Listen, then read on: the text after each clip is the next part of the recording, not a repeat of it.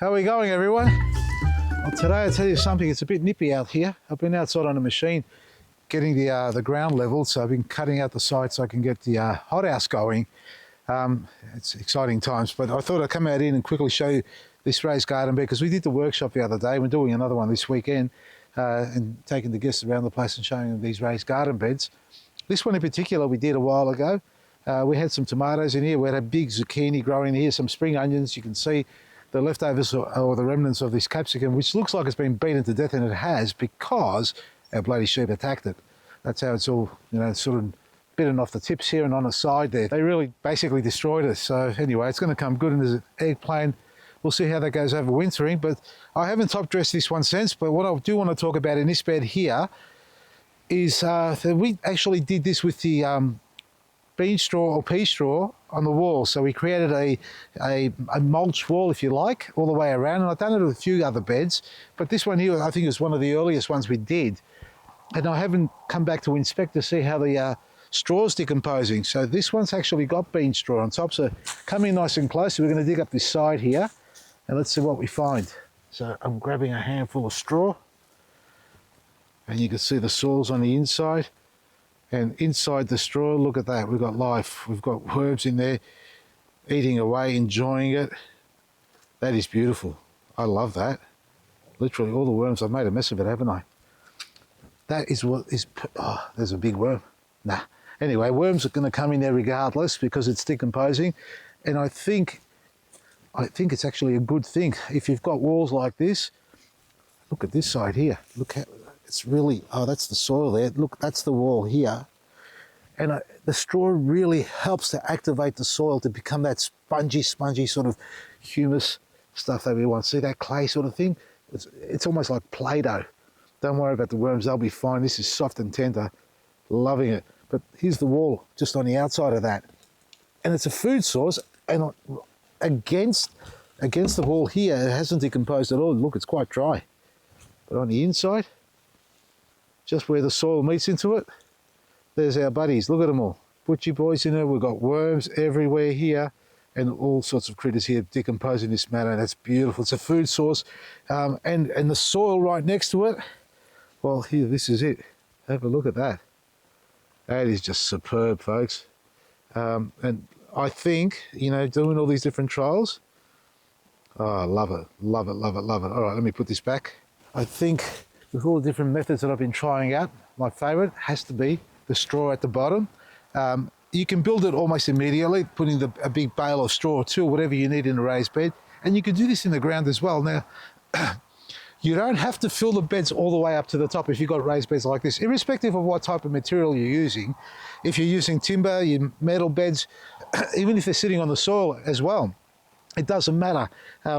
What you need to do is get your straw at the bottom, and if you can get an old bale of straw that's been sitting out and weathering away and decomposing already, it's activated, that's excellent. We've got Roadrunner going around here. So if you can get yourself an old bale of straw, that's great. If not, just get some fresh ones, but from a stock feed, not the plastic wrap ones. Come over here and I'll show you what I'm talking about. This one is a bed we did with the team here at the workshop we had the other day. Now, I had straw sitting in here. It's complete, it's very low, and I'll run you through it as what we've done here. So initially I put some straw in here, pretty much, probably this much lower, so you can guess exactly how much soil we got in there. That's about it there. I think it was about 5 bags in total that we put on top of it. But I'm just gonna dig away because we haven't planted everywhere yet. These are second round onions, and we've got our cabbage over there planted as well. So this is quite fresh. I want to use the trowel this time, because what I want to do here, I want to pull the soil away and get down to the bottom of it. Now, we've only got about 20 centimetres approximately of soil on top, and what it is our compost and cocoa blended together first, but then a bag of planting mix on top. Now, here we are. I've got some mulch from the bale that I had sitting in here for a while. That's already starting to decompose like that before we covered it. So that's what you want to ultimately see happening. Well, you won't be able to see it if you've got it covered, but ultimately you want it to decompose like that. You've got the mycelium activating there, it's nice and dry. That'll slowly get wet as we start watering this. Now, as this does decompose, the whole bale itself, imagine it was big and fluffy and dry like that, but as it gets moist and gets flat, it'll compress to a point where it's almost just like a biscuit. So if it's 50 centimeters, it'll end up being like 5 centimeters thick. That's how much it compacts, but it still holds moisture. Air can get through it still for a very, relatively long time, I reckon. Look, it's been going for about 2 or 3 years, some of my beds. I dig down below. There's not a lot of it left. I reckon by the 3rd year it'll decompose completely, but you would have activated what we call the humus, developing that with the compost and the cocoa and this, and obviously with the planting mix on top. You'll see the soil, as I showed you earlier, how nice and soft and mushy that is. That's holding a hell of a lot of moisture. That's the difference between having to water every day, even on a cool day like today, and not having to water at all because you've got that humus activated in there. So especially in summer times in regions of Australia where it's constantly hot, you don't want to be on the end of a hose continuously, as I've been in the past. And I've still got some garden beds to work out, but this is what I've done here. And to top that, I haven't had to fill it all the way up to the top. Well, I chose not to. I didn't do the straw wall because it's so low already.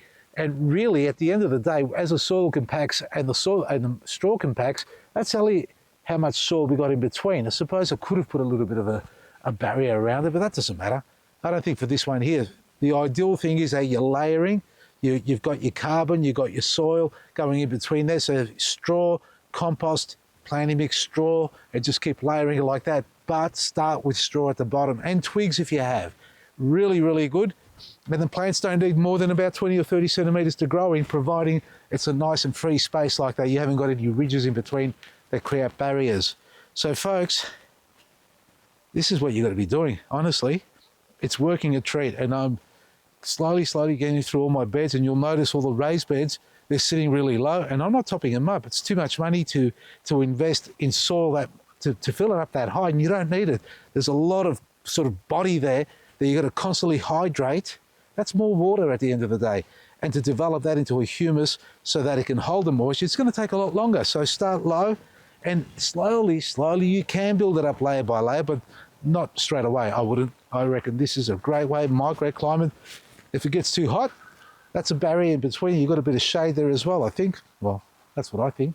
At the end of the day, I'm loving it. So enjoy your garden, and if you need any great products, well, we're running our special, folks, as you know, till the 11th, because that's when we're closing down Theberton. That's the outlet, so take advantage of the discounts that we have online. Vasili'sGarden.com. I had something else to remember. I remember what it is.